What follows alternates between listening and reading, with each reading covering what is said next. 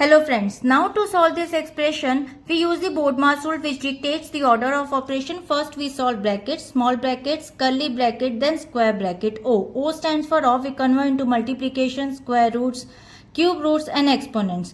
D stands for division, M stands for multiplication, A stands for addition, S stands for subtraction.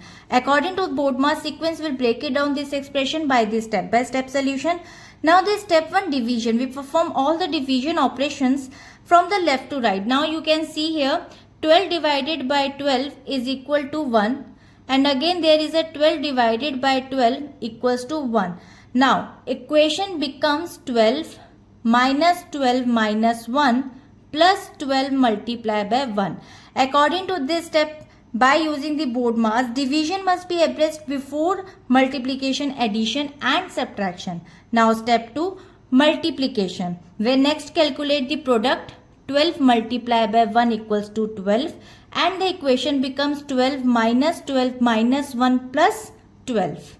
So now according to this step, multiplications rank higher in priority than addition and subtraction. Now addition, combine the remaining terms numbers. If we often easier to group the positive terms together. Now 12 plus 12, now you can see 12 and 12, so 12 plus 12 and then minus 12 minus 1, so it becomes 24 minus 12 minus 1. Now so in this equation we process addition to simplify the expression further before the final subtraction.